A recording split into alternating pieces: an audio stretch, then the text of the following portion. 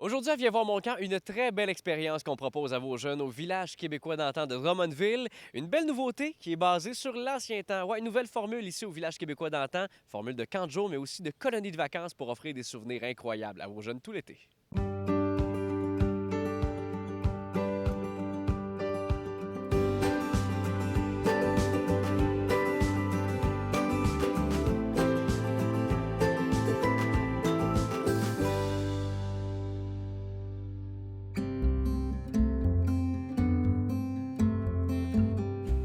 Souvenez-vous quand vous étiez petit, comment vous aimiez fouiller dans les affaires qui vous appartenaient pas, surtout dans les vieux cossins de vos grands-parents. Ben, on propose un rallye ici qui s'appelle Qui a tondu Tonton le mouton? Il y a un mouton qui a été tondu un petit peu croche, il faut savoir qui a fait ça. C'est comme une espèce de chasse au trésor, il faut chercher les indices. Guylaine, déjà que le village québécois d'antan, c'est une sortie familiale par excellence pour la route des vacances, on offre maintenant une formule camp de jour. Oui, depuis notre deuxième année, dans le fond, le camp de jour existe ici au village québécois d'antan. Dans le fond, on répondait à un besoin aussi de parents. Les enfants, ils nous demandaient aussi de venir passer une semaine puis être vraiment dans l'époque. Dans le fond, ils arrivent ici le lundi matin. Ils sont tous vêtus de belles robes et de beaux habits pour les garçons. Ils vivent vraiment dans le temps là, pour toute la semaine. Fait qu'ils apprennent à travailler le bois, le cuir, faire du tricotage, les tricots. C'est vraiment des activités traditionnelles. Et là, il y en a vraiment pour tous les goûts. Autant on peut bouger un peu plus à l'extérieur, autant on peut être un peu plus à l'intérieur. Parlez-moi un peu des différentes activités. Oui, dans le fond, c'est sûr qu'il y a toujours les jeux d'eau, la bassine. Il y a des jeux d'époque aussi qui font. Il y a plein d'activités pour bouger.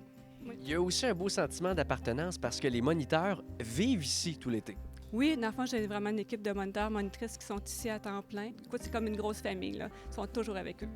Qu'est-ce qui ressort en général comme commentaire, autant chez les parents que les enfants? C'est le sentiment de bien-être, de prendre le temps. On ferme les cellulaires, les tablettes et tout. Puis souvent, les enfants sont fiers à la fin de la journée parce qu'ils n'ont rien utilisé d'électronique. C'est le bien-être que ça peut procurer aussi d'être dans le village. Ça, c'est amusant. Pour la première fois de leur vie, les jeunes peuvent choisir leur nom ici au camp. Dans la vraie vie, ton nom, toi, c'est? Charlotte, Et toi? Rosalie. Et qu'est-ce que vous avez choisi comme nom d'il y a 100 ans? Moi, c'est Elisabeth. Moi, c'est Élodie. Puis là, comment qu'on fonctionne là, pour choisir nos noms d'il y a 100 ans? Parce que je ne connaissais pas nécessairement les noms qui étaient populaires dans ce temps-là. Dans le fond, ils nous ont tout donné une liste. Puis, on avait à choisir un nom de 100 ans en arrière vers 1900-1930 environ, entre ces années-là.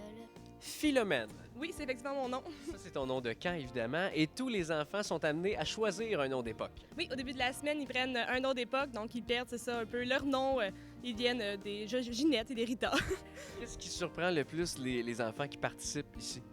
Je pense que le costume, au départ, est un choc, mais après, c'est vraiment les questions par rapport aux maisons. Ah, c'était vraiment comme ça, là, toute la partie pas de technologie, de la misère à placer les époques aussi. C'est une époque qui est très loin pour eux, ils sont pas capables de s'identifier beaucoup encore. Mais quand ils repartent d'ici, j'imagine qu'il y a des choses qu'ils ont découvert qu'ils veulent encore refaire, réessayer à la maison. Oui, en fait, toutes les choses qu'ils pratiquent dans les maisons, là, tous les arts un peu très perdus, la broderie, le tricot, ça, ils ramènent ça, puis souvent, quand ils vont revenir les années suivantes, ils s'en rappellent encore, puis ils veulent continuer à en faire. Là. De quoi ça a l'air une journée type? Une journée type, c'est en fait, on se lève le matin, on va déjeuner. Après ça, on fait des activités toute la journée. On est en costume. On va manger dans les maisons. C'est cuit sur le poêle à bois, en fait, comme à l'époque. Un Le peu. pâté chinois, tantôt, ça sentait bon. Oui. Et ensuite de ça, c'est encore des activités. À la fin de la journée, là, comme une belle journée de température, on va aller à la bassine. Après, on soupe, on fait des jeux dans le village, puis après, on se couche. Parce qu'on est fatigué, c'était une grosse journée. Oui, effectivement. Je me demandais ça, monsieur l'imprimeur, pour faire, mettons, une page comme vous êtes en train de faire, ça pouvait prendre combien de temps? Combien de temps ça va dépendre de la page. Donc, ça va dépendre du nombre de textes qu'on va mettre, ça va dépendre du nombre de caractères, puis ça va dépendre aussi de la grosseur. Fait que dépendamment toujours de ce qu'on veut marquer. Donc, immanquablement plus de temps qu'un texto dans lequel on signe LOL. En quelque sorte, En oui. quelque sorte. Fait que l'avantage, c'est que dans ce temps-là, on prenait le temps d'écrire les choses et il se disait moins de niaiseries. C'est ce qui est fantastique avec le camp du village québécois d'antan, hein? Prendre le temps de prendre le temps, comme dans le bon vieux temps. Ici, vos jeunes vont vivre de super belles expériences. Ils vont apprendre à apprécier les petits plaisirs qu'on a aujourd'hui dans les années 2000.